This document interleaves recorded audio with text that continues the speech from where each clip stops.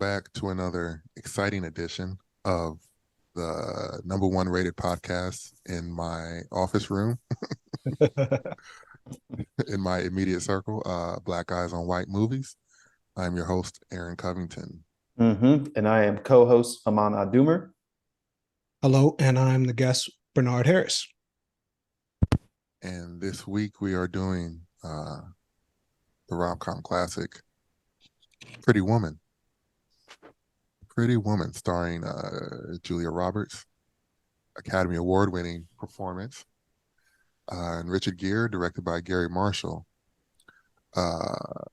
Side note for this movie, this Friday, August 25th, as part of the American Cinematheque Friends of the Fest program, we are hosting a screening of Pretty Woman at the Los Feliz 3 Theater, right there off of Vermont. We'll be doing a 10-minute intro to the film, which is also part of the reason why we're doing it this week.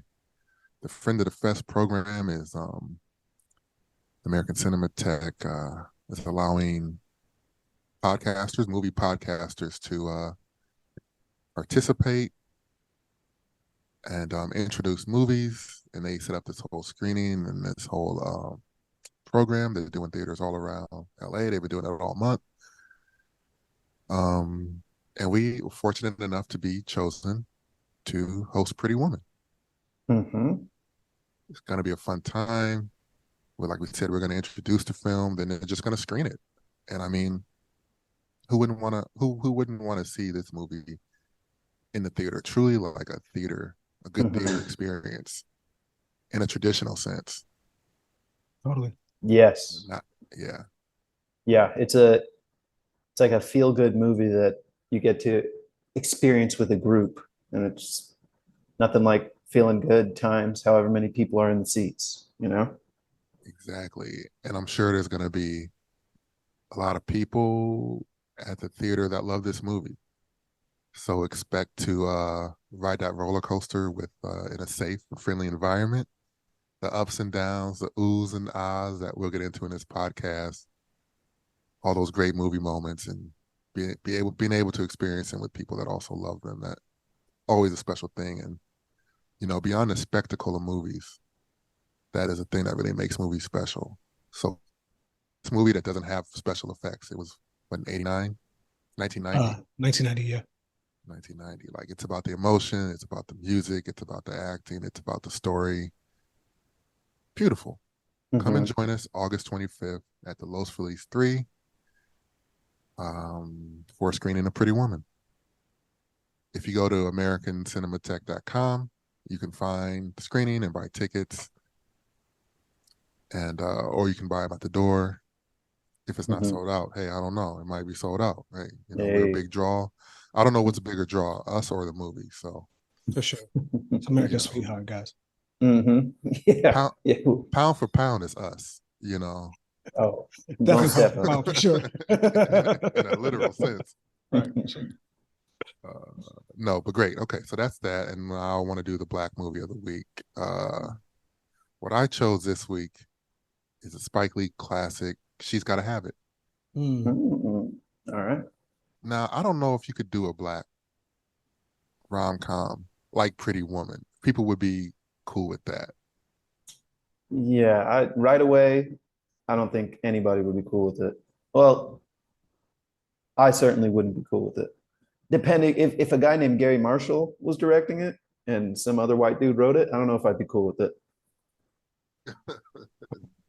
Definitely not. And the premise of her being a prostitute, I think that's something that would just be tougher for people to get on board with. I mean, I'm sure if this movie hadn't been so endearing, it would have been tough even for a mainstream audience. But I just don't know if anybody wants to write or do that movie in that way, from a like making it happen standpoint. I think a lot of actors would be involved, but there's just a lot of baggage with that. But She's Gotta Have It. She is about a woman. It's also a rom-com from written by men, but from a female perspective. You know what I mean? Like she's the lead.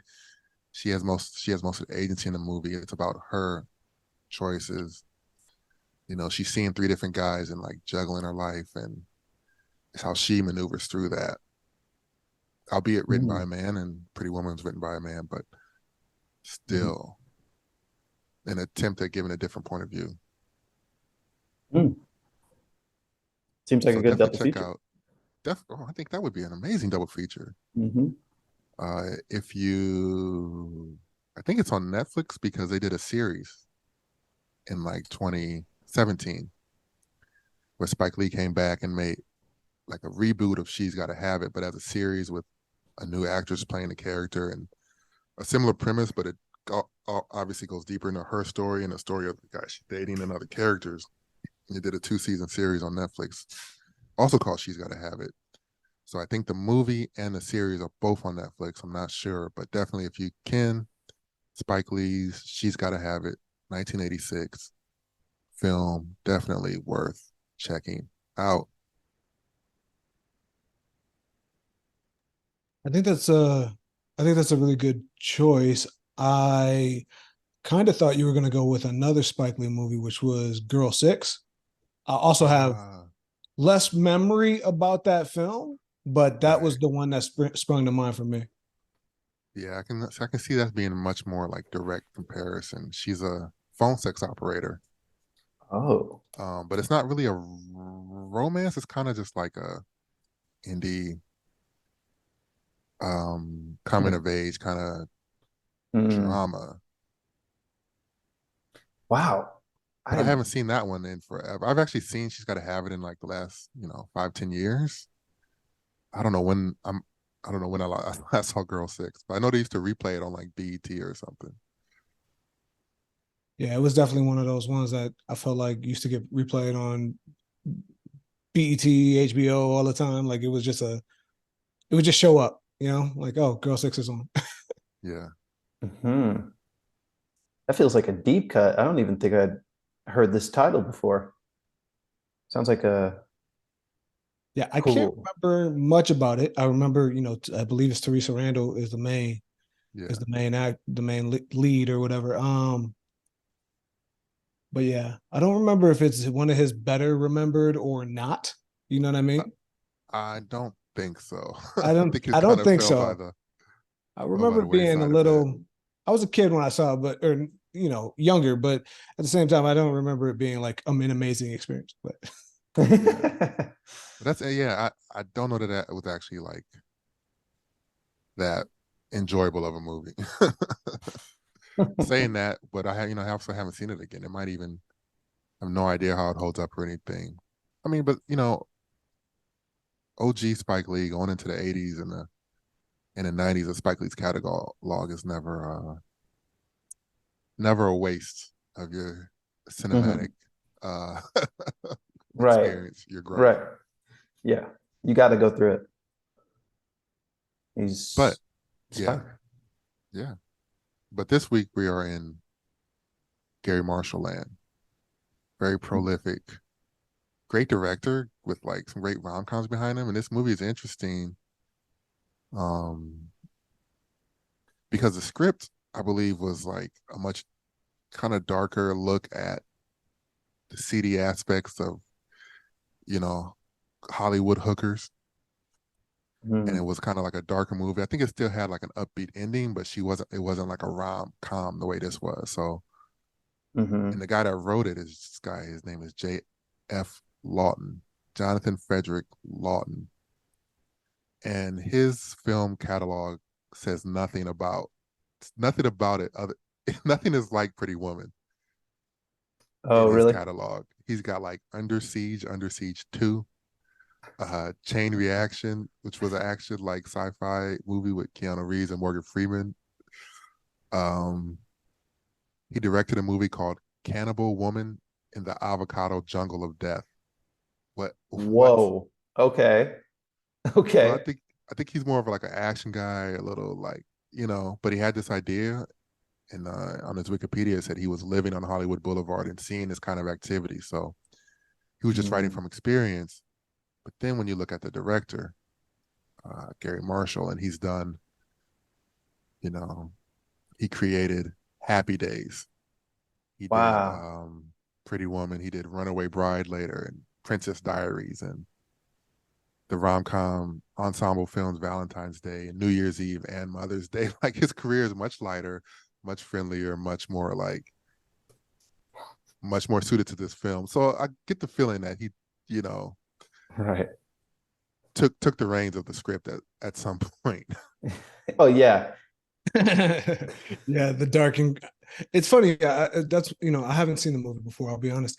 And I don't know that it was necessarily shocking, but one thing that I was kind of like stood up and noticed was it doesn't really shy away from the things that it chooses to engage with, as far as like maybe the seedier side. It doesn't like delve deeply into it and like break it open and like come to like a political social like idea about it, but it also doesn't like try to hide it too much. It at least like Mhm. makes a nod and a mention to like maybe some things that aren't so great about the lifestyle that all these characters are leading. Yeah, yeah, that's 100% right. It flirts with the idea of, the darker elements, but then it just avoids it. It just like airballs it, where it's like, oh, let's keep the audience. We're gonna do a hard left. Mhm. And I love this. I love that this Gary Marshall guy came in to direct what probably on paper would have been JF Lawton's like Taxi Driver, right? Right, He's like, I'm right. seeing the darkness. I look out the window, and this is what and then here comes Mickey Mouse going, all right, I got it. I got it from here. Let's shine it up. Yeah. He's like, it's a hooker. And then she gets taken away and then he's like, she's a hooker with a heart of gold. Who happenstance ends up Mhm, in the car with a troubled but mhm. A wealthy, uh yeah, troubled, disconnected, a a man. troubled man who's looking for a change. And Right. And then by that point, like they're escorting the rider out. Like, we got it from here. Take, Right, exactly. take. You'll still get the credit though. Yeah, true, true. he's like, No, do you guys need me on set? They're like, no, no, No, we got no, this. no, no. Yeah, no, you people. you wrote a great script, and the story really does telegraph itself. We think we got it from here. But my art, they're like, do you want to not like be financially secure for the rest of your life? Yes. Do you want to write Siege in the future? Let us do this. If you don't like money, you can continue to argue, Mhm. basically. Yeah, I also Yeah, hadn't so seen let's. this movie. It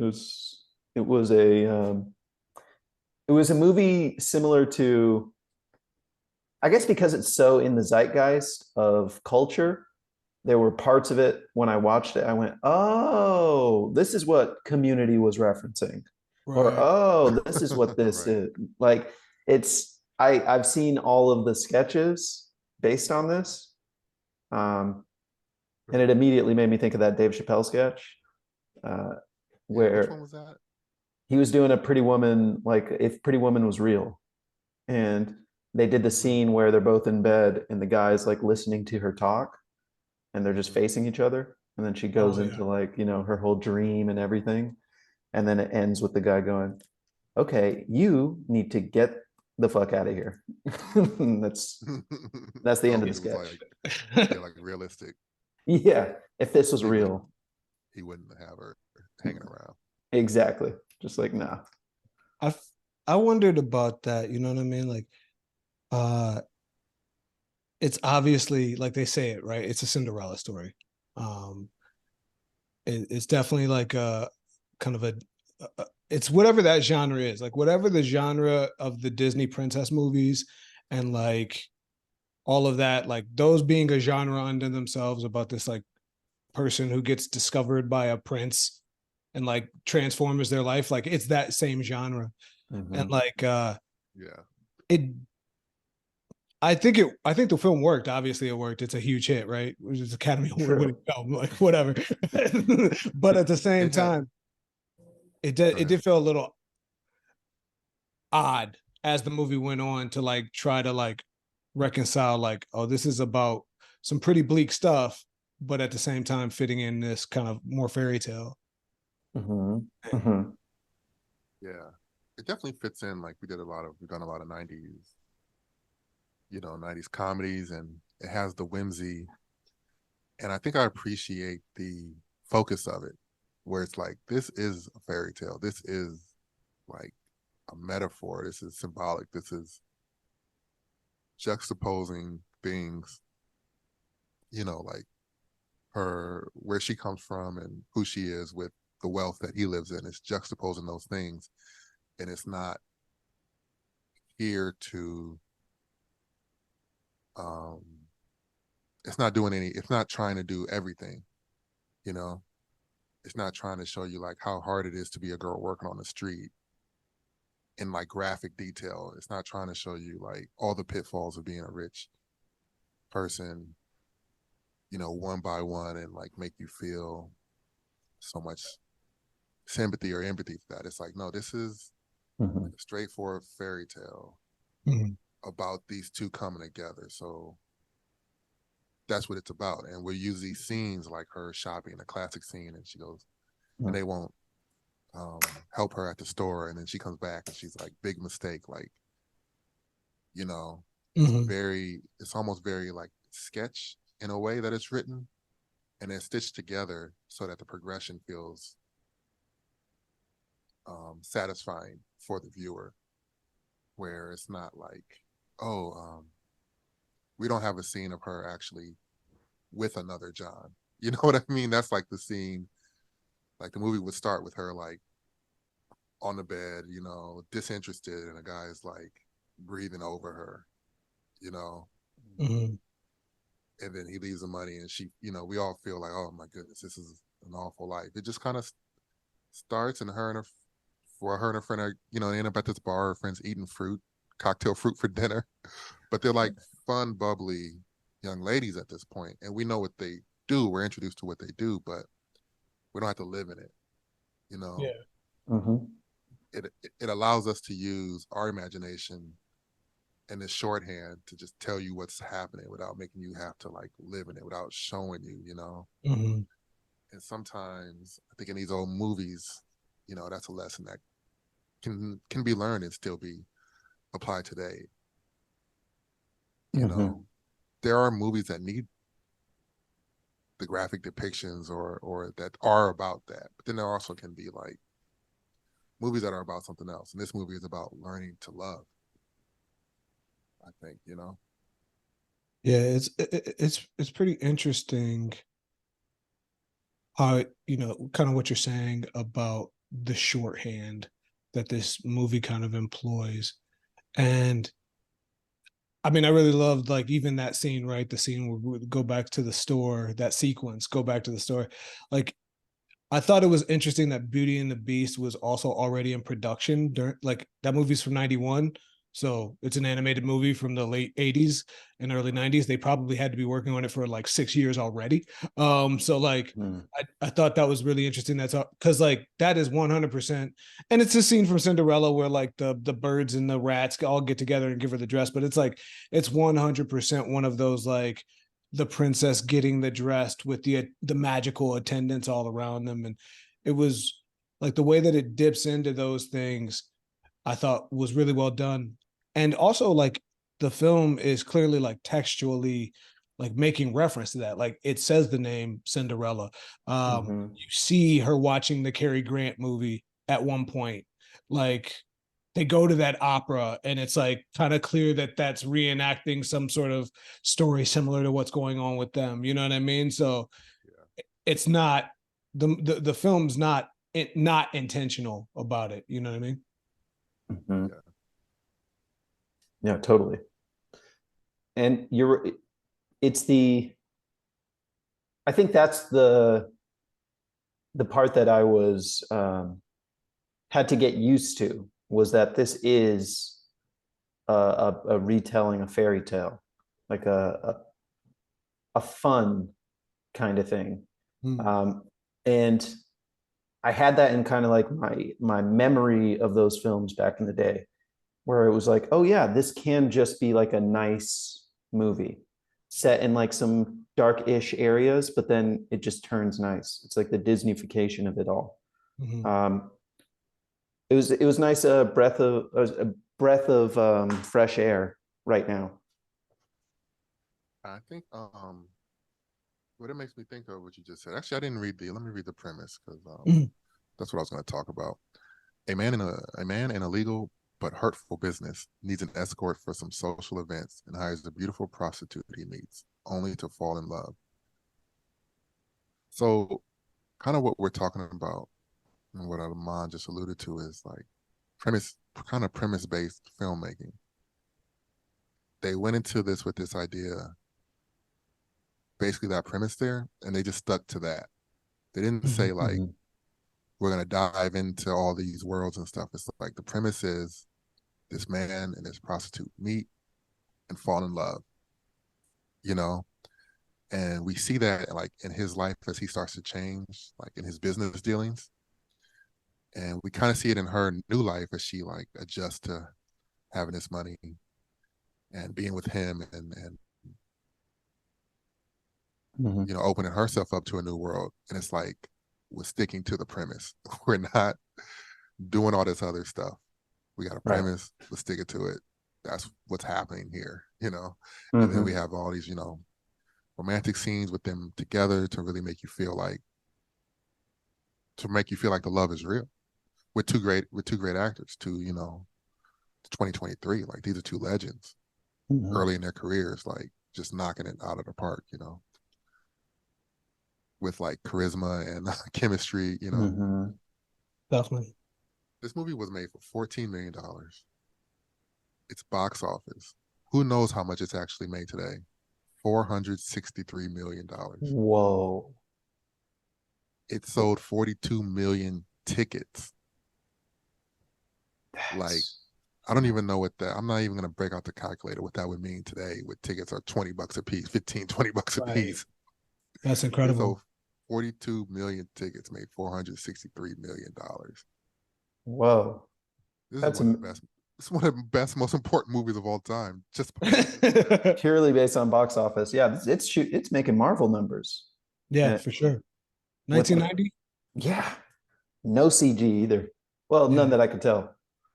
made half a bill Her best. hair, her hair was all CG. They were like, Yeah. she had a low box red, cut red hair, and they were like, let's give her a mane, just to like compare that to something more recent. Get Out, which was considered like a runaway hit, was made for 4 million, 4.5 million, made 255 million.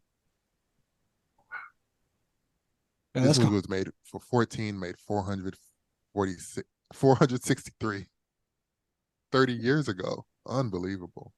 for sure. That's amazing. Yeah.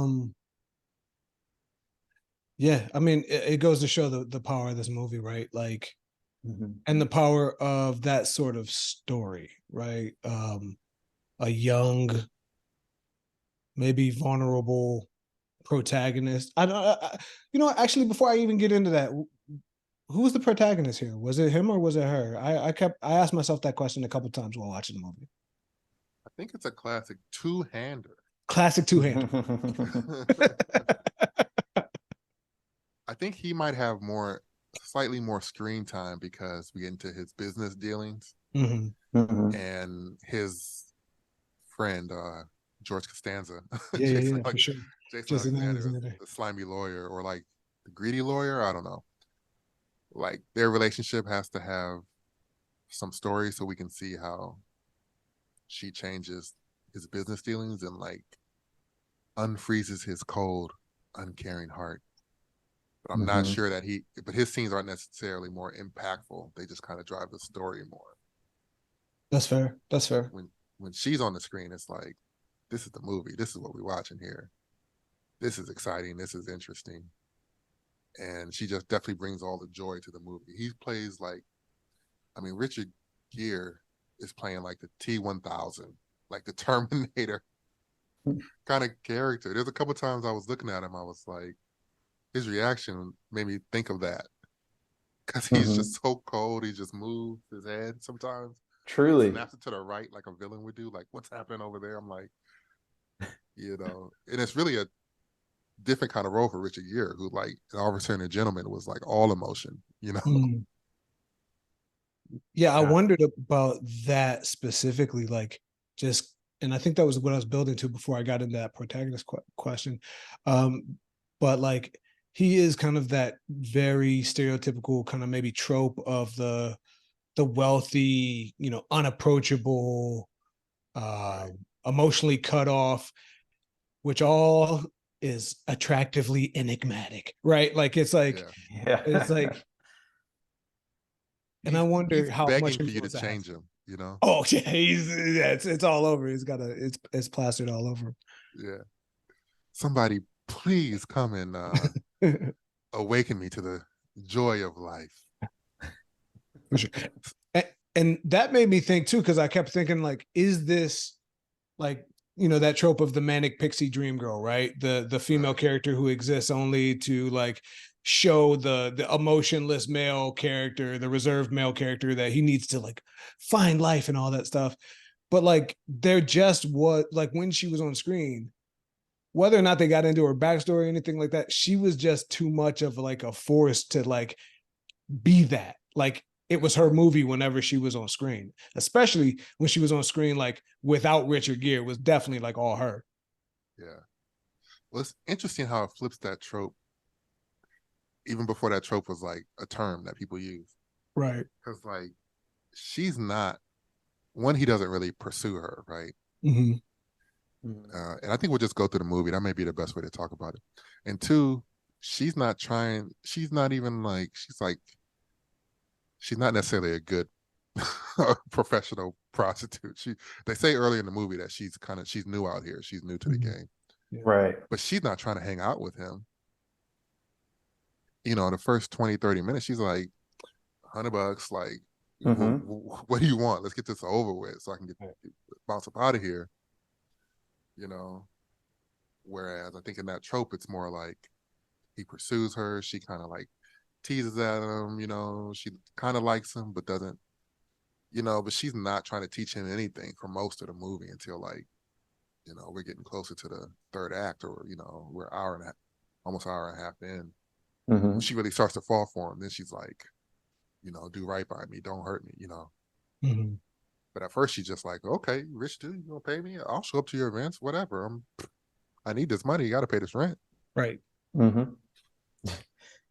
Yeah, she's working. No, And you could tell she's not very, very good at her job because she's letting him like drive her so far away, you know?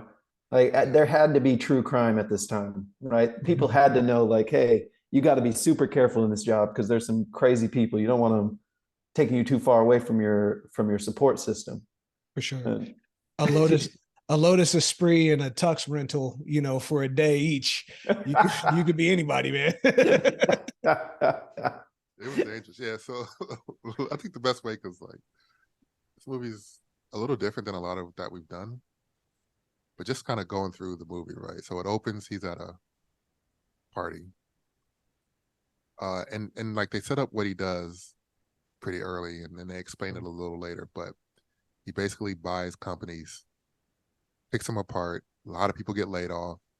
It's really a thing that now we're really more aware of, and people really get, vilified for doing this. Like it's not a good thing. And there've been even documentaries about towns that have been hurt so bad by people that do this kind of thing, where they buy these little companies, rip them apart, and sell them for profit, and that's their job.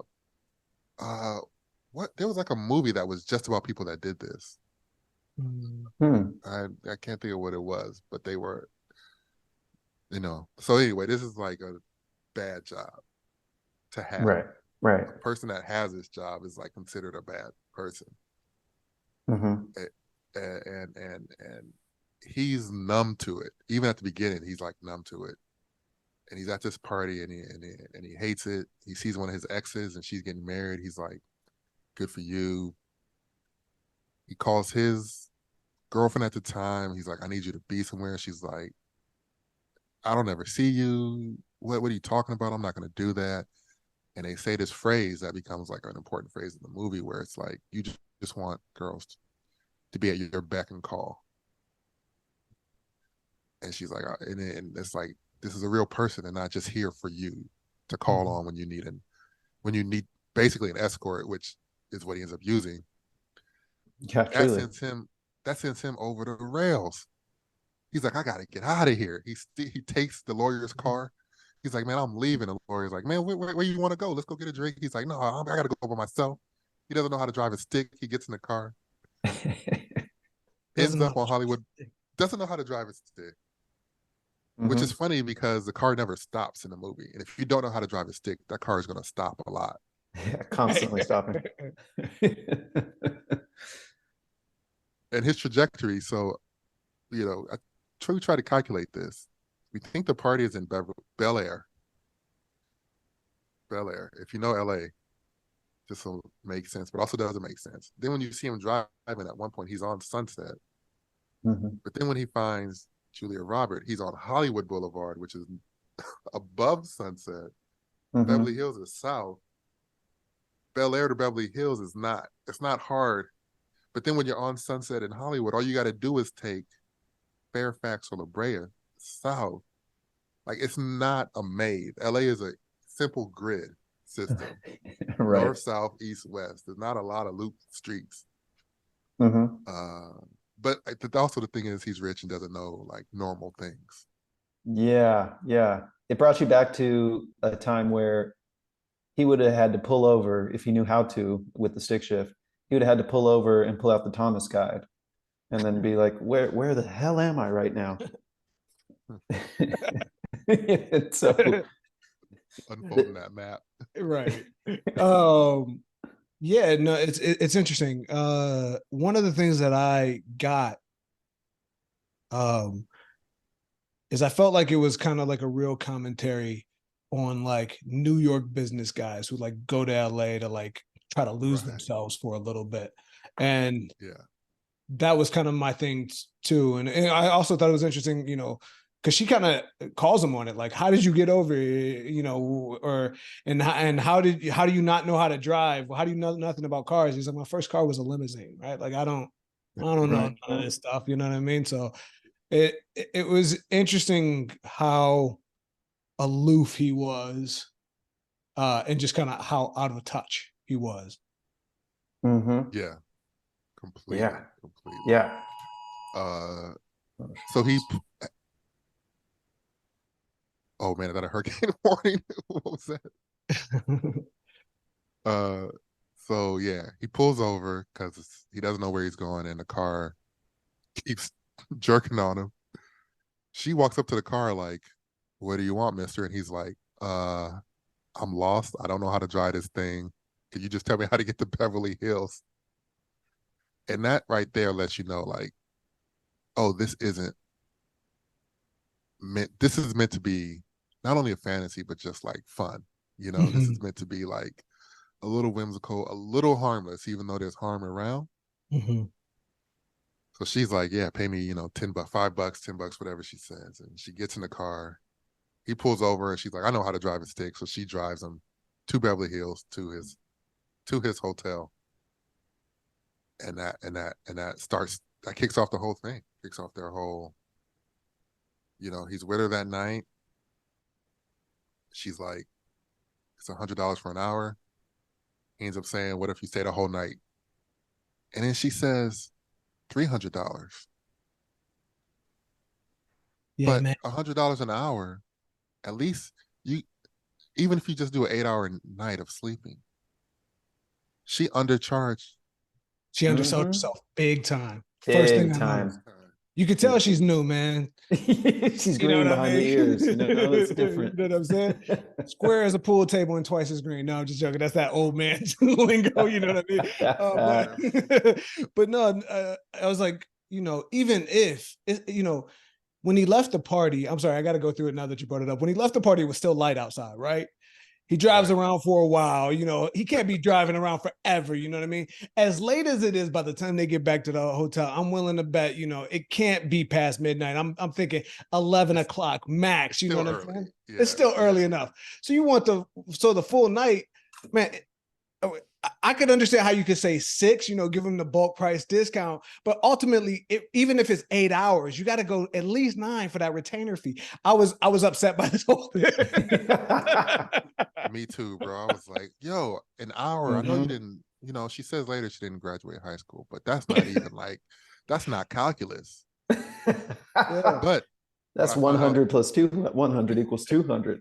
It's like just simple. setting the tone of this movie, like the original title by our buddy JF was Mhm. 3,000. That was And so Ah. it 3,000. it, it was 3,000 because that's the Mm. amount she agrees Right. on for the whole week, which, I don't know, what was that, $2 million in 2023 money? How much is 3,000 in Yeah, 1980? yeah, for sure. For sure. He paid her $1 Yeah. billion for a week. Right. That's so true. But I'm hearing it now and going, all right, that's like a month's rent in LA plus some fees. That's not enough. But back then, she could have bought the Hollywood sign with $3,000. yeah, like her and her roommate were talking about getting rent and paying this guy. I think they were talking about like $100 or something. Like, what was rent? Rent was a double cheeseburger. Right. Jeez. Truly. So she undercharges. She should have charged 1,000 for the night. She should have charged like 10 because he says when he talks about his business, he's like he uses the word billion. Oh, for sure. Oh I'm like, yeah. yo, Edward Lewis was so far ahead of his time, bruh. He was already doing $1 billion deals from his iPhone. Yeah, you could tell that Edward also was a little green in this whole situation because, like, immediately within meeting this person, he's like, "Yeah, I've never driven this before. I grew up rich. I don't know how to drive. Right, I right. make $1 billion deals. Like, no, what's going on? You're sharing way too much. You share way too much with this person. Who you just got off the street." And Exactly. the other thing that killed me about her, like, Oh lack of wow. hustle was just Mm. like she just drove him there and she was like, I'm gonna go grab a taxi Get with a my cab $20 back. bill. Yeah. Like, no, no, no, no, no. You went above and beyond. You didn't tell him how to get there. You chauffeured him there. You gotta make something happen there, man. Yeah, Get like an extra 50. Come on. you gotta charge him more and make him pay the cab. Yeah, Come on, girl. what are we doing? I mean, that's why they were a match, because they were both naive to everything. You know, they were aware of some of the realities, or at least like that it would come to an end. Yeah. Mhm. But they weren't like savvy at all because No. he's just like, yeah, hey, I'm super rich. Right. Here's this car. She could have just been like, she could have, when they got there, she could have been like, here's a stop. He would have got out. She could have drove off. Like, just a million things that could have happened. If the friend would have talked to him first, she would have Oh, got for like sure. 50,000 from him, like straight up. Oh, quick. Yeah. Yeah. Yeah. Laura San Giacomo loved her in this movie. She was really, really good. Yeah. Mhm. Not enough Wish we could have seen scenes for more. her. Yeah. After after once Vivian goes to Beverly Hills, we only see Kit one more time when they get together and have For lunch. sure. Oh, twice. Yeah, no, yeah, one more time when she finally comes to the hotel because she left money for her for the rent and stuff. Also, this movie takes place in a week. It feels like a year. Yeah, This it is the feels like a longest long week. time. Feels like a lot more happened in a week's time for sure. We really live in the week. So then the next day they get up and he's like, "Yo, I got this big meeting coming up. My lawyer's like I should bring a date so that it looks good." And the guy I'm dealing with is kind of an old horn dog, basically is what he's telling them. So if I have like a pretty girl, it'll go better. He's like, how much if I buy you for the weekend? You're my employee. So he creates this arrangement with her, Mhm. which is an interesting plot device because it's like common sense. She couldn't just stay with this guy for a week for some amount of money. Who knows what would happen to her, right? Mhm. Even if she's a little naive, she's got to be aware that like she does not know this guy.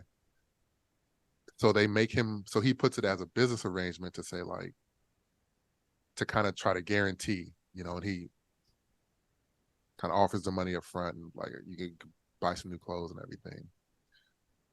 And then her being also a little naive just takes it like, okay, 3,000. They negotiate down to 3,000 for the week. Mm-hmm. And then we're off. Then I think at that point is when we're really off on our adventure. This movie. Oh, for sure.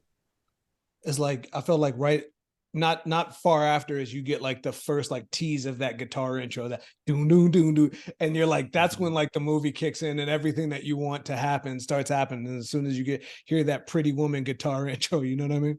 Yeah. And was that song, did that song come out before the movie, or was that a song for the movie? It seems like an earlier era, but I'll be honest, I don't know. Right. This is back in those days when it would be like, all right, let's get them. They'll make a song for us. We'll call up Hall and Oates. Let's make them, tell them to make a song for us. I For mean, sure. this movie definitely has some bangers, some 80s bangers, man. Truly. It was, yeah, it was interesting. I thought, like you were talking about like what Edward does. Actually, maybe even before that, I was wondering, like, I haven't seen these two franchises, so I can't speak to them super educatedly, but I did wonder like how much this like influenced other stories like this, where you kind of have like this like unapproachable guy and like like Twilight, right? Edward is the name of that character in Twilight, right? Oh, interesting. Shades of Grey started out as a Twilight fan fiction, if I remember hearing that story correctly about the author. So also, really, Shades of Grey has Edward Grey. So I was like wondering, like, whoa, these authors, these two ladies are like also of an age, right, to have seen this movie and had it been like kind of big in there. I just wondered, like, is because he is like a vampire. Like at one time she comes to him and he's like in the ballroom playing like solo piano, and I'm like, this he this never is a sleeps. Dracula scene, right? He's Yeah. always up working. He never sleeps. Yeah. Mm-hmm. Yeah, It's not that he doesn't like the sun, but until she takes him on a picnic, it's like he's never experienced the sun during the Right. day. Yeah, truly. And he's never taken his shoes off, it would appear. When she takes his shoes off and socks and his feet are in the dirt, he's like an alien. He's just like, huh? What? He's never touched grass before. Yeah, he truly has never touched grass. Yeah. Man, that's That, fascinating. yeah, I think there's an expose in that right there, Bernard. Yeah. You gotta It's write one it of up. those things, like that's an essay I want to read but do not want to write. Sure. Fair. So he hires her, which calls back the beck and call, because now she's at his Mhm. beck and call. And this movie has like great symbolic moments. There's a moment where he's disrespectful to her and she's gonna leave, and she leaves the money on the bed because she's like, I may be a prostitute, but I'm not a whore. I mean, she doesn't say that. That's me editorializing, but Yeah, that's like- kind of Yeah, I was like, oh, that's I don't remember that line. That's a hard line. and then he has to go and like, and this is something I think that why we need more rom-coms and why movies like this like need to be part of the culture and not just like male-driven things, because he immediately knows he was wrong. She's waiting at the elevator and he apologizes for what he did. Not apologizes for her being offended. Doesn't like throw a fit about it. He just looks her in the eye and he's like, I'm sorry. I didn't mean to do that. I was wrong and I was cruel. He says, I was wrong and I was cruel. He says that. Mm-hmm.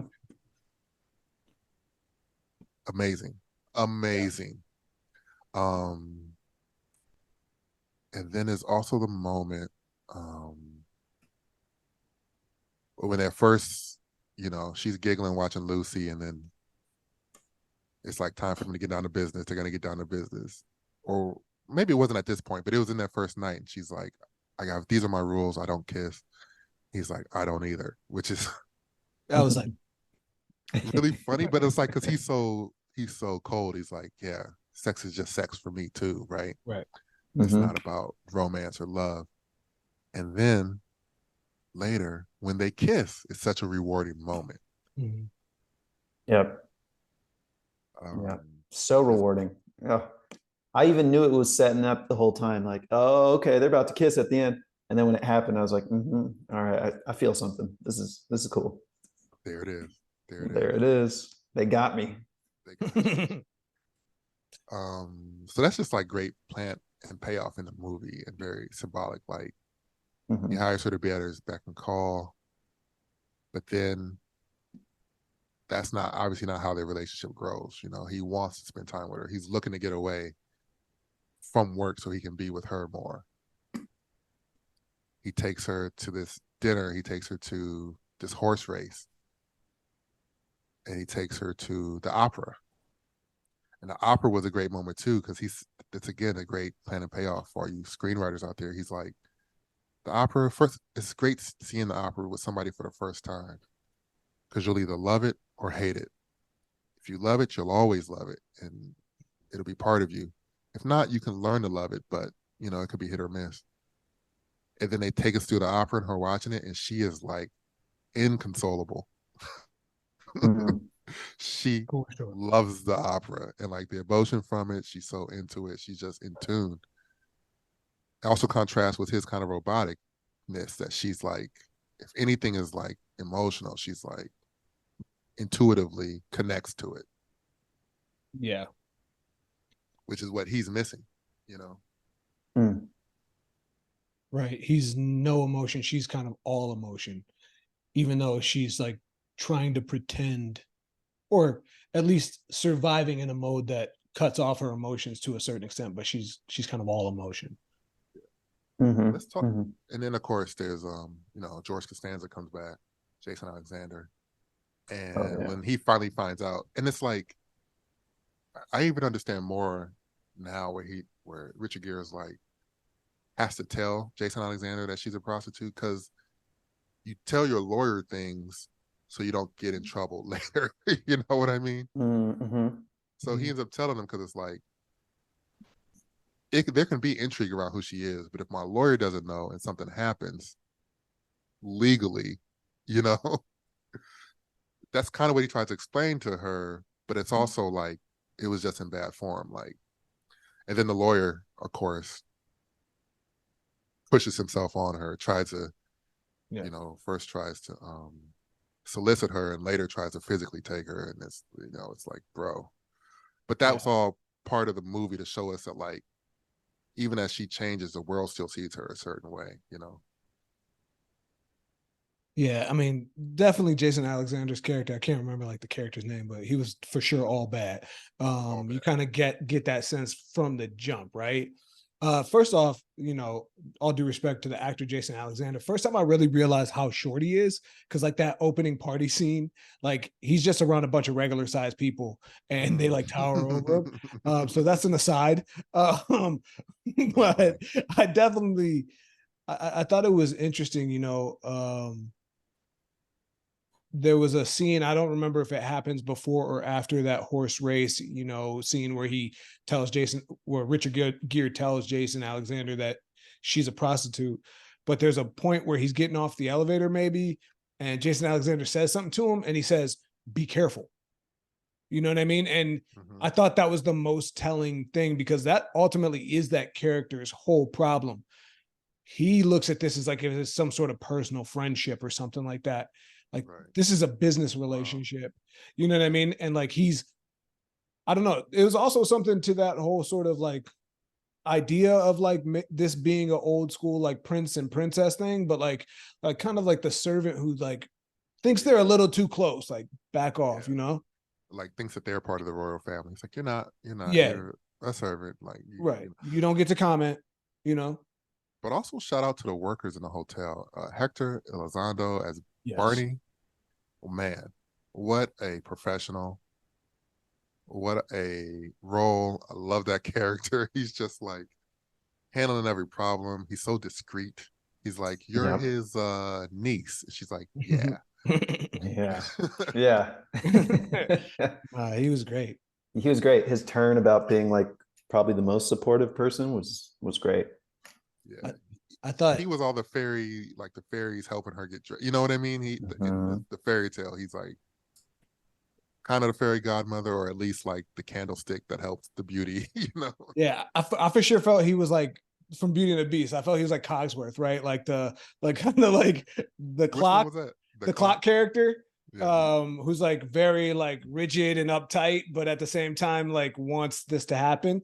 And Yeah. he definitely played that sort of role to a thing.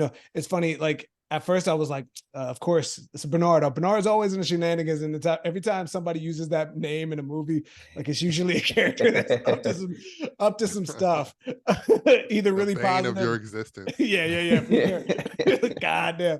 But no, he's a great character, and I really love actually just the whole hotel staff.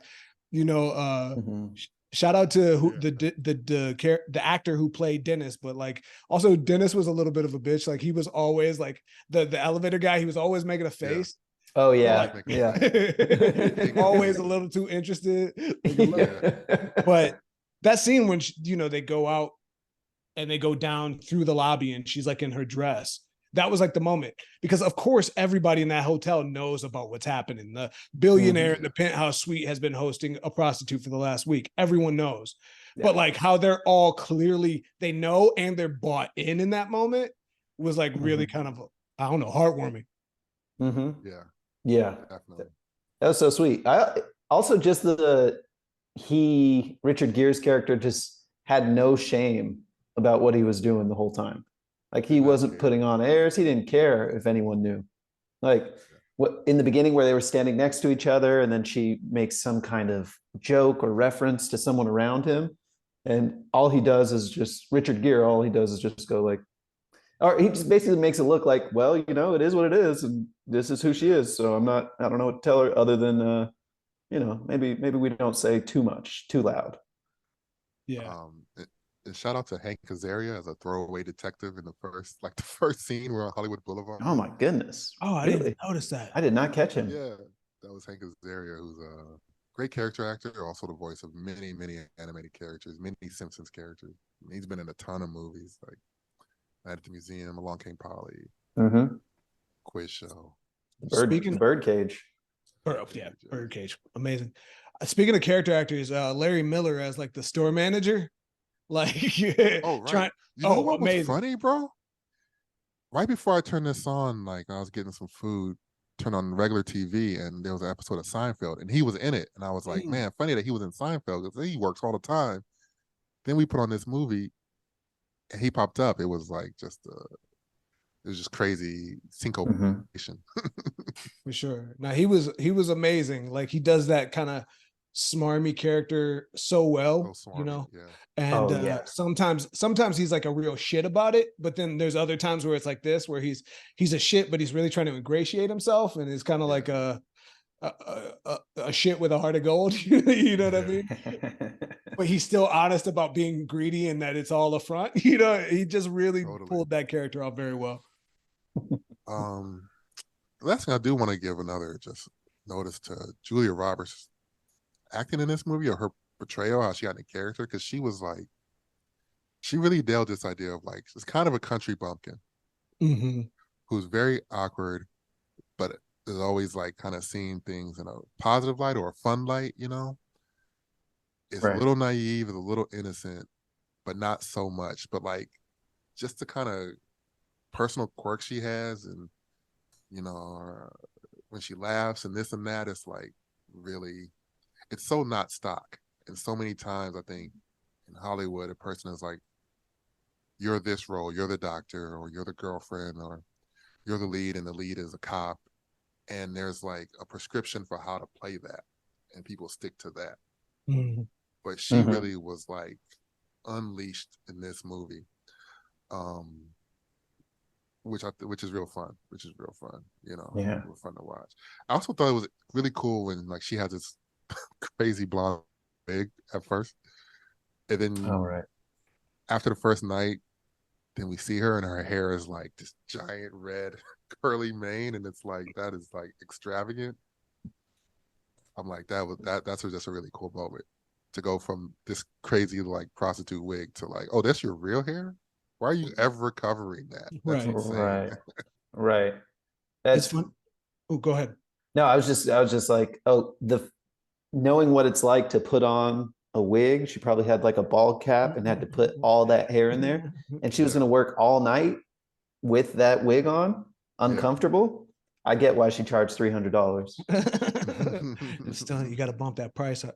No, that scene is for sure. Like again, for someone seeing this movie for the first time, and of course I've seen clips. It's so in the pop culture. It's just such a big piece of pop culture.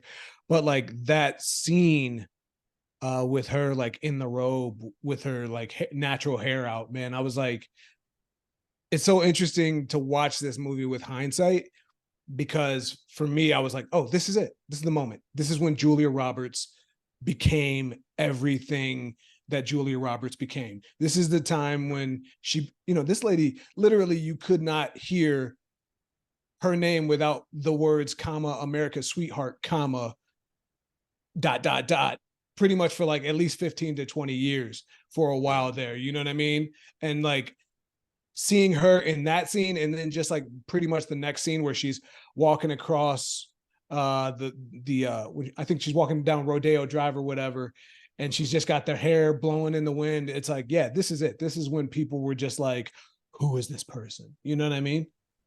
There's an absolutely amazing movie Yep. scene, like movie moment early when they're talking. I think it's the night after, so her hair is out.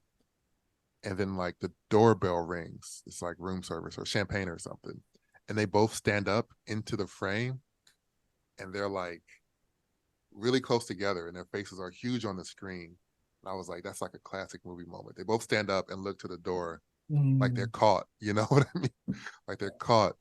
And it's just like, that's where you freeze frame. That's a poster right there. You would For take sure. that picture. Mm-hmm. And yeah, Julia Roberts, like what? I mean, her late 80s and 90s run, Man. I mean, I don't even know if you could touch it, starting with like Mystic Pizza, which was like a great indie teen romp of sorts from 1988, to Steel Magnolias, which is still one of the like most beloved like family dramas about women in the South, I think, right? With like I believe so, just an yeah. amazing cast.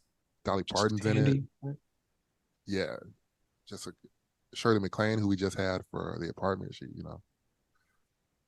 Right? Mm-hmm. Yep. Shirley And, MacLaine. Sure. yeah. And then she does Pretty Woman, wins an Academy Award, which is that even like, could a movie like this even, how old was she? I kept meaning to look that up and I didn't. Like, Well, she was born in a 67. So she was 20 and 87. She was like 22, 23, 20.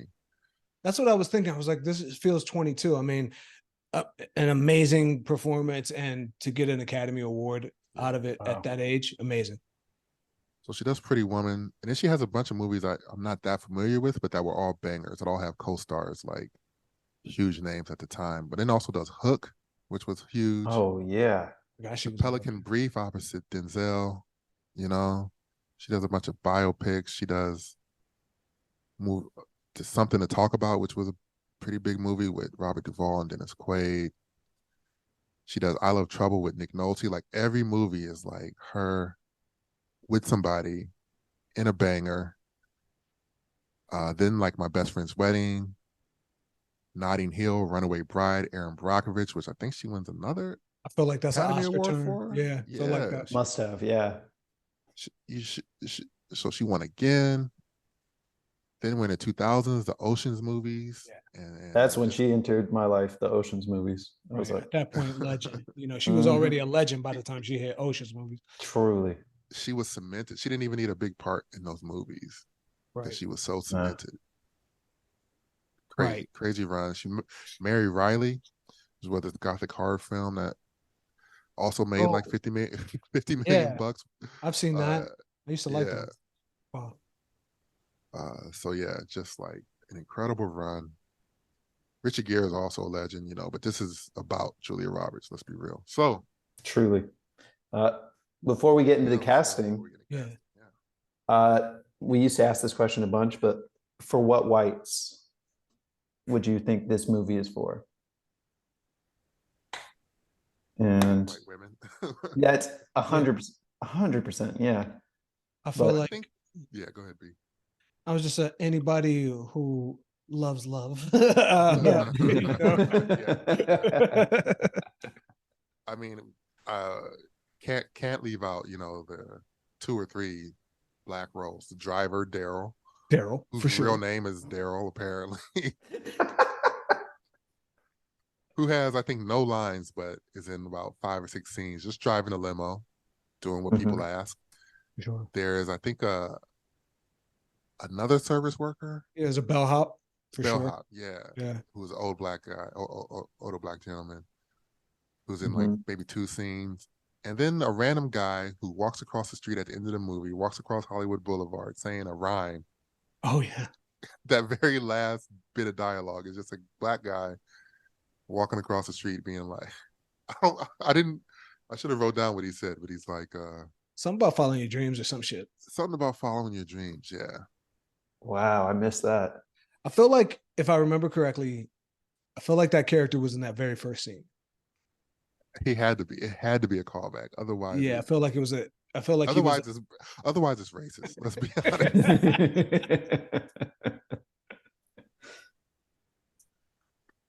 honest. So yeah, this is a white movie, and there were black people at the party, but there weren't any like black lawyers at the table when they were negotiating. Like Mhm. there weren't any Asian characters, no Mexican No. characters, Middle East. Like there was. This is a white movie, and Mhm. anybody can enjoy it. I think, especially now, and minorities, black people. We've always had to find a way to identify with white characters Yeah. and find a universality in it, even if maybe their moves aren't the moves we would make, or their ideas aren't culturally the ideas we'd have. We had to find a way to identify with these things and enjoy these things. So anybody can, and people do. People love this movie of all colors, but it was not made for you to love it. Let's like be honest about that. I would Yeah. agree for You sure. know, Mhm. it's like a happy coincidence for white Hollywood to be like, oh, black women love it. Asian women loved it. Oh man, Hispanic women, everybody loves Pretty Woman. Yeah, everybody loves it, but Yeah. and I don't know that what you would have done really. I mean, maybe give Daryl a couple lines, maybe make a couple lawyers, some other Yeah. ethnicity. I don't know, and I don't know if this movie needed it. It's just kind of No. recognizing that about this movie. Yes, exactly. Exactly. I don't think there was any, it's hard to tell whether not casting like a person of color is intentional at the time for this movie, Right. or if it was just an accident. But I'm happy they didn't, because there was no real role. All the roles are kind of subservient to this billionaire type guy. Yeah. And And that begs a question of like, could there be minority led happy women? And we do have a number of black rom-coms, which we've gotten into a little bit on this pod. And obviously we have Black Movie of the Week. We have a lot of black rom-coms, and just the proliferation of rom-coms owes a lot to this movie. mhm.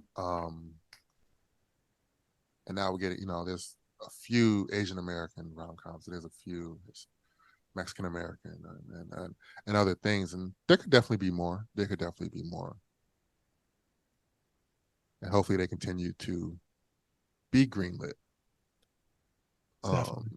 Yeah, I feel agreed. like if I could jump in just on that rom com piece and being greenlit, when you were talking about, this movie was made for 14 and made 400, like, you know, does that still happen? You know what I mean? Does the rom com still go to the theater? And do they like just go to streaming now? You know what I mean? These kind of yeah. like lower budget, I no mean, special effects movies. ideally, or like in my wildest imagination, we take a U-turn here and we get back to like movies being in the theater, mid and low budget movies being in the theater. Because I think people do want to go and see these things, but a Mhm. lot of times they'll be like, well, market forces are why the industry changes. But it's not market forces. We're being controlled by the whims of It's choices. billionaires and billionaire corporations and shareholders. That's who's making the decisions a lot of times of not only what gets greenlit, but of how people are going to be allowed to consume media, because they're like, well, streaming is where we're going to make the money. So streaming becomes the thing. It's not us only saying streaming. It's also about the quality of movie that get puts out. So, imagining, especially with the strikes going on, that we can see there's still a lot of money to be made doing things an old-fashioned way. If we're going to be driven by money, like Hmm. losing, streamers, no, it's not a long-term solution. But and I found the line. So the last character who's called Happy Man, played by Abdul Salam Razak. Ooh, Welcome to okay. Hollywood. What's your dream? Everybody comes here. This is Hollywood, land of dreams. He just shouts that as he's crossing the street. Love it. Okay. Love it. I thought it was interesting that there was like, just talking about what you were talking about. I think there is this critique of late stage capitalism within this film itself, right? Like at For a sure. certain point, you know, they're talking about, we used to make things. There's like a real sense of Yeah. nostalgia to this movie too, right? It says we used to make things or something like that. And Jason Alexander says we make money, right? Like Right. that's what we Right. do. And there's a lot of like things like that. So I think it's very interesting that you're talking about like, I think big companies and big corporations and people in power always want to. It's why people love to talk about the market, right? It's a Yeah. big amorphous market, and the market is making decisions. No, the market is not making decisions. People are making decisions, and then we try to wash our hands of it so that there's no like responsibility there. Yeah. And No so accountability. It's the no market. accountability, definitely. Right. This is just the way it is. And so I do think it's interesting that we're talking about the market not necessarily allowing for a movie like this to be around nowadays when there is a critique of that within the movie itself. Yeah. Even she asked him, she's like, you don't make anything, you don't build anything. Even she asked him. It's kind of a plant and play off there. So it I, happened, it's a couple criticisms of it in this movie. I Sure. do have one more question before we get into casting. Obviously, Gary Marshall, Beast, we already ran through what he did. I wondered as I was watching it, is this more of a Penny Marshall movie though? Like, That's a good question, but Hmm. I don't think so. okay. Penny Marshall is his sister, and she's also a great, great director. Did A League of Their Oh, Own, wow. among other things. But her movies are more. Um, she her movies are kind of. She doesn't really. Her movies aren't really rom coms, and he's done a lot of rom coms, That's and interesting. he's done like kind of the sentimental. I mean, even Happy Days as a sitcom is like everybody learns a lesson at the end. Right. Her movies are kind of more premise and more like almost bigger. A League of Their Own is about this whole league of women. She did Big, which is a big premise. Her stuff's almost more fantastical. Mm-hmm. Preacher's Hmm. Wife. He was like Denzel was a ghost, right? In Preacher's Wife, Angel, yeah, for sure. an angel. Yeah, an angel. That's right. And Forgot she did so Preacher's Wife. Wow. yeah, yeah. I And would like definitely. Renaissance Man was like in the army. It's like a whole thing about training, training camp and stuff. Her things were almost like bigger premise, world worldview things, and his was like rom com, two people falling in love. Hmm. Let's break that down to its simplest units. A lot of dialogue in Gary Marshall movies. Like they're very like snappy, you know? For sure. Right. Right. But you bring up a good point about if this movie was in the hands of a female director, like how would it differ? How would it be different? Mhm. Uh, I feel like if it was made today by a female director, I think we'd get like a whole. I honestly, I don't know. I don't know. I think I It's was a about to say it might be a little more real, grounded, but it's a good question, and I wonder this: if there's room for like, and I mean, obviously there is, because maybe Gary Marshall is just good at this, right? That doesn't mean all guys are. Maybe he's uniquely good at telling a rom com or looking at a women's perspective. I don't know. Maybe, mhm, and mhm. then maybe there's women directors that are uniquely good at traditional man stories. Like, I mean, look at oh man, Oh, what's her name? I'm gonna look it up real quick.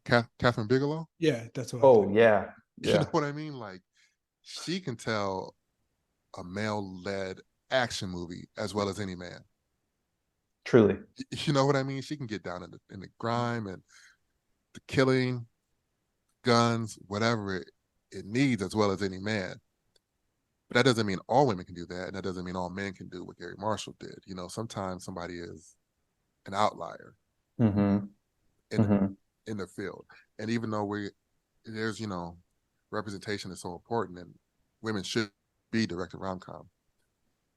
Do we hold a space in our brain for the possibility of an outlier that can do well in the field also, I think that's a without fair making question. it so that you're constantly giving out, you're constantly propping random people up as outliers and giving them a chance Right. over over women in this field, Mhm.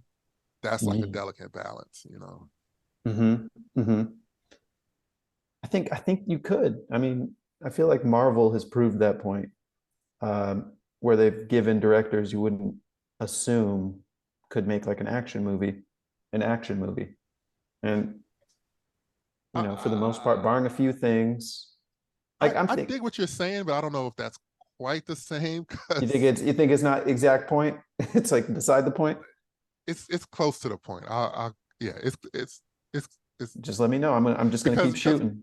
Marvel's such a different kind of factory, Hmm. and they're not really making different movies. So you can watch the previous Marvel movie and kind of know how to make your Marvel movie in a way.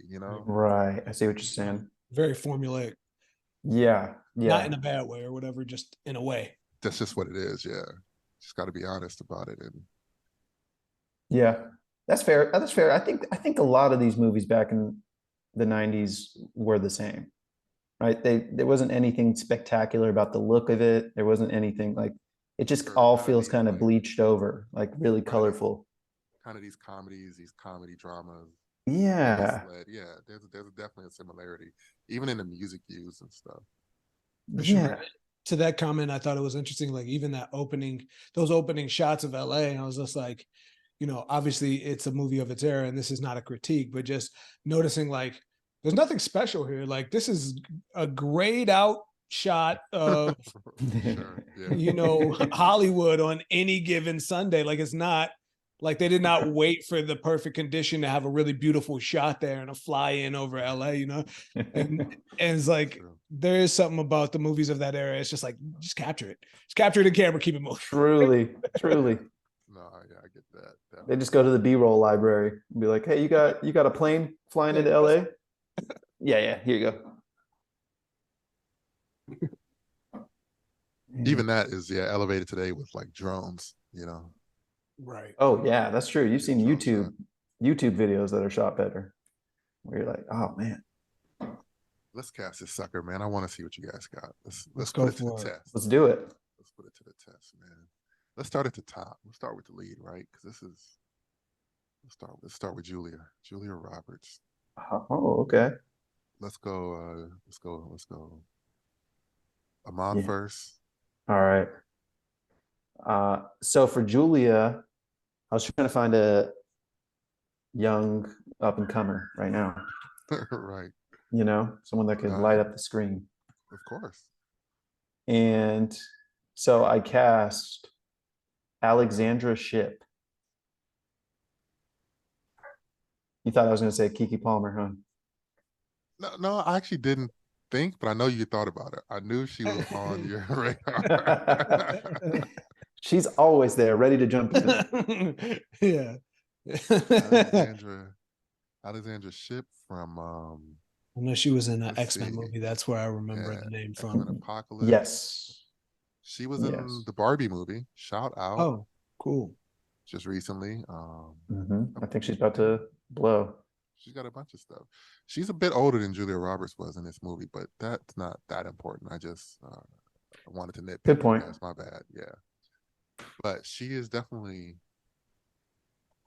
had a good career. A couple X-Men movies, Shaft, Father of the Bride Part 3, Tick Tick Boom, which Andrew Garfield got nominated for an Oscar for.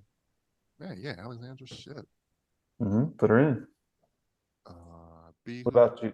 What did you guys cast? All right. So for Vivian Ward, I thought that was so great how she had a very like golden era Hollywood name. Oh But yeah, for I didn't even think about that. She really did. yeah, especially starting out on like the Hollywood Walk of Fame and everything, it's like Vivian Ward. Anyways, for Mhm. Vivian, I was again trying to find somebody who could be like a young up and comer. Um, so I went Coco Jones. I feel like Coco, similar to Julia Roberts of that era. She's obviously beautiful. She's obviously all those things, statuesque, all that stuff, right? But she's got this really big, wide smile that when she cracks it, like it's all fresh faced, it's all innocence, it's all childlike. It's like So a I really thought similar she thing could do to that. Julia Yeah. Roberts. Yeah, I went with Coco Jones too. I feel like she's Ooh. also having her moment. But one thing that is like, I'm just gonna speak on this. It's not a big deal, and it's no shade at anybody. But I've had enough of all the multi hyphens. Hmm. You got a movie, I don't want to hear your music. You got music, I don't want to see your movie. Like, because Coco Jones is like, has some like, I think she's blowing up on the music scene, and she's doing the acting thing, and I don't know. Stick to one thing. It's a, Everybody doesn't need to do both, and this isn't really a shade at her. This is more of like that thing being a trend in the industry because other people have done it too. Like Doris Day was making music. Bette Midler, Mhm. Barbara Streisand was all making music when they was acting and stuff too. So it's a Mhm. tradition that will carry on. Coco Jones definitely has some hot tunes. And I casted her too, because she's also, I think, has some of the like spontaneity that we've seen and I and when I watch her in Bel Air. So Yeah, showing for some sure. love to Coco. How about Edward Lewis, the Richard Edward Gere Lewis. Yes. character? So for the Richard Gere character, you want somebody who basically can hold the frame without emoting at all, right? Like which is hard to do. Just stay in their own little power. So for with that, I had to cast, and I never know if I say Uh-huh. his name right. Reggie Jean Mm, Page, the yeah, dude from Red Bridgerton. yeah, for sure. Regé Jean. Is that it? Reggie Jean? Reggie I don't Jean? know. I just added like a year like a French like It might Regé be Jean. that though. Regé. That's probably is it. I just made it like a black name, Reggie. Just like, Reggie Reggie. Jean. Reggie Jean. Reggie Jean, you better get back to the house. Reggie Uh, Jean. Reggie Jean. Where is that boy? But see, here's the problem with your casting of mine. Oh, tell me. They're the same. They're like the same age. mm, He's 35. Okay. She's 32. Richard Gere is like 20 years older than Julia Roberts. Oh, that's the whole thing. I couldn't tell. I just thought, Richard Gere was one of those guys that just had gray hair, He is at kind a of young age. at this point, and probably for the next 15 years after this movie, kind of that ageless age for him. yeah. But Hmm. yeah, he was born in 49 and Julia Roberts was born in 67. Fair, fair. Well, you So know it's what? a different movie It's a if they're the different same age movie. a bit. You're right. You're right. I'll go Coco Jones, and then we'll keep Reggie Jean. You know what I mean?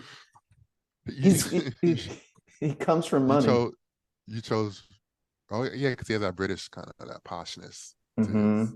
Right. The character is Okay. like, yeah, the character's taking over his dad's company. It's like it's gonna be fine. It'll be all right. Give me the money to make this, please. Whatever it takes. B, who you got for Eddie? Eddie. Yeah. I was actually just like checking the age on mine because I was like, um, I did try to go for an age difference. It's not as big as I thought I was going for, but for Edward, I went with Lakeith Stanfield. I think, yeah, Hmm. just like kind of like emotionless or like aloof. I think he can do that very well. Definitely a loop. For sure. Okay. Lakeith. I went with a guy we don't use a lot, but maybe we should use him more. I went with Amari Hardwick. Mm, Oh yeah. I don't know. That's a great. That's a great choice. He's kind of somebody that gets forgotten about because A lot. Power is kind of just a black show. You kind of it's like you either watch it. It is kind of a black show, but Mm-hmm. it was a good show. I didn't watch all of Power, but it's a Yeah, good show. I It's a didn't good show. either. It was a hit, and he's been good in other things. Yeah. And I really like him. I hope to see him more. He can't. I don't think he can't be in the Power spinoffs, right? Didn't his character? Spoiler alert. No, Uh-oh, Yeah, spoiler no, alert. spoiler. Yeah. Or like Power was about him, and the spinoffs are about other characters. So he's not. He couldn't even Yeah. be No, in I the don't think prequels. so. Yeah. But let him. He should be like, yo, man. Nah. Yeah. He should be working more. Let's just say that. Yeah, Mari should for sure be working more. He's great. My only issue with him as your cast is he's too fit. He's way too fit. Like it's he's supposed to be a billionaire. He doesn't sleep. He's not working. He's not But Batman, you know? He's got but to. the modern billionaires are all like optimal performance guys. You know what I mean? Exactly. That's true. That's true. Like if He's you Right. look got at Conor McGregor doing his personal workouts for him and stuff like that. if you look at Bezos before and after, like he's Lex Luthor now. He was just Right. Jeffrey back then. Jeff, if you don't get Zuckerberg your ass back in the house. Yeah. Zuckerberg is like doing MMA 4 times a week now. Like That's very true. They present these people as they have enough money to have time to do stuff. yeah, they're like optimize everything. I'd optimize my health and my diet. Anyway, it's annoying as crap, and it's not how anybody should really live. Let's be honest. But anyway, Omar Fair. Hardwick. B, who'd you have? I just really need to comment real quick on that, like Amari Hardwick being, or like just that kind of new CEO in this sort of story, like in an updated version of this, like someone who's trying to optimize everything, and that's the barrier to emotional connection, right? Like I can always find something better. Anyways, that I was like, oh, Hey, there's an angle. Hey. Pretty Woman 2, Pretty Woman reboot. Let's go. Let's Uh-huh. go. Prettier So, woman. which one are we casting now? Edward. Edward? I already did. Lakeith. Oh, you did Lakeith. Oh yeah, that's right. That's right. Let's do the lawyer, Jason Alexander's Oh yeah. All right. lawyer whose character name was what? Let me look it up. Who you got? I wrote it down as lawyer. Yeah, I Philip wrote Stuckey. Jason Alexander. I don't know if they said it in the movie. Philip Stuckey. I think there's like 3 more worth doing. It's the lawyer, Barney, and the best friend, Kid. Yeah. Yeah. That's all I got. So for the lawyer, I was like, okay, a pod favorite, but also someone good actor. I don't know if he'll do it because now he's doing bigger roles. Let's go Lil Rel Howery. Let's try to get him in there. Right. I definitely thought about Lorel, but I went Sam Richardson. Oh, I felt I hate like, to see Sam's too nice though. but he's been like what is it in Ted Lasso? He kind of has a little villain turn. Like that's the thing that made me choose between Lorel and Sam. Is like that villain turn, man. I feel like he's a guy who like is goofy until he's not. Yeah. yes. Okay, so I have to change a plot point of the character for the guy I chose. I went with our man from 8 Mile, Omar Benson Miller, the big dude. Oh, for sure. Oh, nice. Yeah. Licky, sticky, whatever whack rhyme you said at 8 Mile. Basically, But bizarre. He was bizarre. but he is a big man. So instead of like physically presenting, trying to take her, he exposes himself to her. Got the open robe or something. Because he's too big for me to like put him in a movie like this physically grabbing somebody. You know what I mean? Yeah. I mean, it makes sense like, that Omari beats him up. He's fit. He could take him. Yeah, he could wrestle him to the ground, put him in that chokehold, that submission, Right. He's got the breath. He's been working out on it. He can go the distance. Yeah. He does like the Scarlet Widow scissor kick out and flips him around. But yeah, just as just an inappropriate exposure. Yeah, that's great. Yeah. Barney. Do we have a good hotel concierge?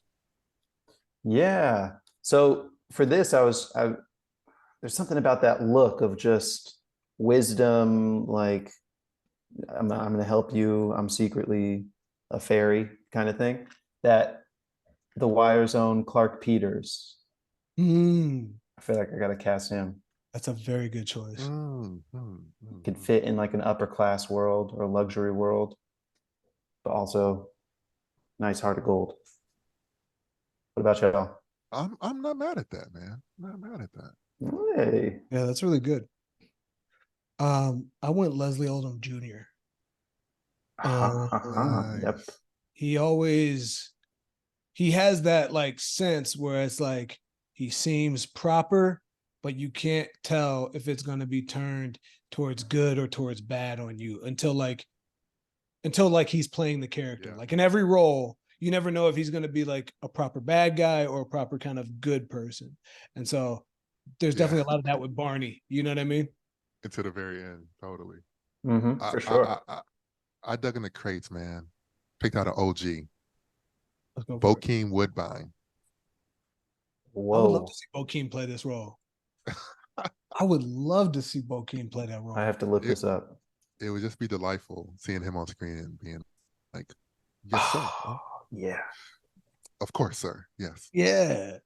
With that voice, yes, yeah. His voice is he's an amazing voice. But also, we just need more Bokeem, man. Come on, More let's go. Bokeem, Of always. course, let's bring Bob King in. Give him And more then chances. the best friend, Kit Yes, the Kit best. DeLuca.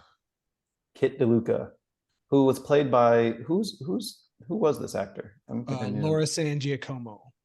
Oh, okay. I wasn't familiar, but I was like, this person's so captivating, so has so much charisma. Yeah, Sure, she was in yeah, she's been working since. She did Sex Lies and Videotape, which is a classic, that's right. Forgot about indie that. classic, launched like all of Sundance, basically, in Steven Mhm. Soderbergh's Yeah, first Steven movie. Soderbergh, yeah. The next year was Pretty Woman. Man, that was a great run. Ooh, But she's done a bunch of movies and a bunch of TV also. Yeah, She's she had a big sitcom run in the 90s. big sitcom run. mm, She's recently on like NCIS, so recurring role on some major shows. Like definitely like a pro right, legendary actress. Still holding it down, still looking good. So shout out Laura San Giacomo. Who for did you sure, cast? for sure. So, for that role, I cast someone that I was like, who could be funny and just like comedic relief. Jess hilarious. Mm. I think, Okay, okay. bro, we're in there.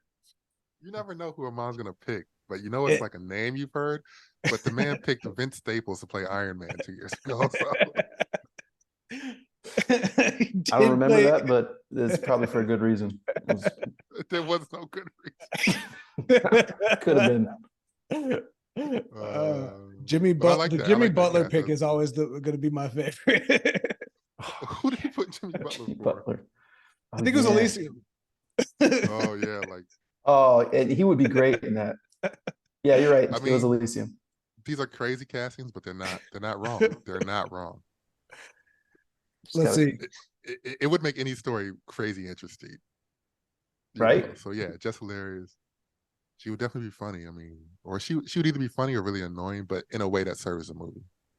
Yes. I, I Yes. mean that as like a compliment. Because this Um, character was kind of like straddled the line. Like, is she cool or is she, but she was also Mhm. supposed to represent something. But anyway, we talked about that. Who you got, B? yeah, no, there's the character's a little bit of a mess, but like is one of those folks who like always kind of like has a plan out, even if the plan doesn't work, you know what I mean? But I thought uh I picked Chameleon. I don't know her real name. She's a rapper. She's also on Rap Shit on HBO. She's like she's one of the two leads in that show, Rap Okay. Shit. Um, Oh, okay. and she's great. She's great in that. And Yeah. I feel like there's Is a that lot the of kind of younger one? cross Or the like, darker skin one. yeah, yeah. Yeah, the shorter one. Oh Uh-huh. wow. Um yeah, so she's great in that show. And I think in that show, that character has a lot of kind of crossover to like maybe this character too, like in the sense that she's like trying to hustle to make a way out and always has a number of things going, even though they don't always work out for her. So, yeah, I thought she would be great. So, Camellia. I'm gonna cast Sky Jackson, SKAI, who was like a child actor doing Disney things. She's in her 20s now. She's kind of more like been on like famous for viral things on like Twitter and stuff lately. But this would be her like grown up role. She's pretty funny. She's a wild card. Yeah. If you look her up, I'm sure you're like at least kind of recognize her face. Yeah, kind of. She looks so young. It's yeah, that's fair. So that's what I got, man. That's That's Pretty Woman. I got one more. Cool. Yeah. Yeah, it was a surprise pick. I wanted to leave it to the end. So I cast Daryl, the driver. Ray swapped it. It's Viggo Mortensen for sure. Oh. Yes. Viggo stops in a couple days of work. He just like, yeah, just a couple of days of work, man. Yeah. Have him walk around in the background, poke his head in the shot. Yeah. I'm with it. Oh, that's a dope casting right there. And he'd do it. He'd do it. He for sure would. That makes me want to cast the dude rapping at the end. Yeah, right. It's got to be someone huge. It'd be like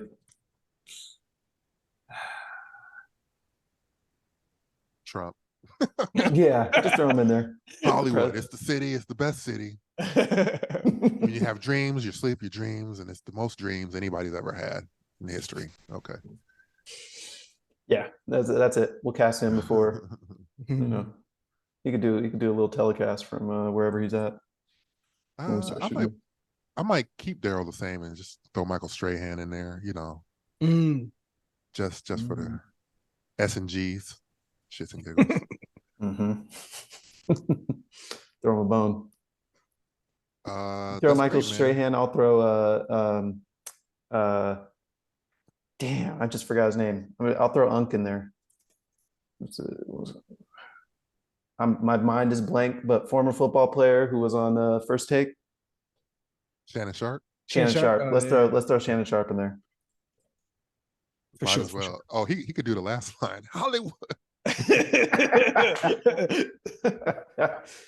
City of Dreams, young blood.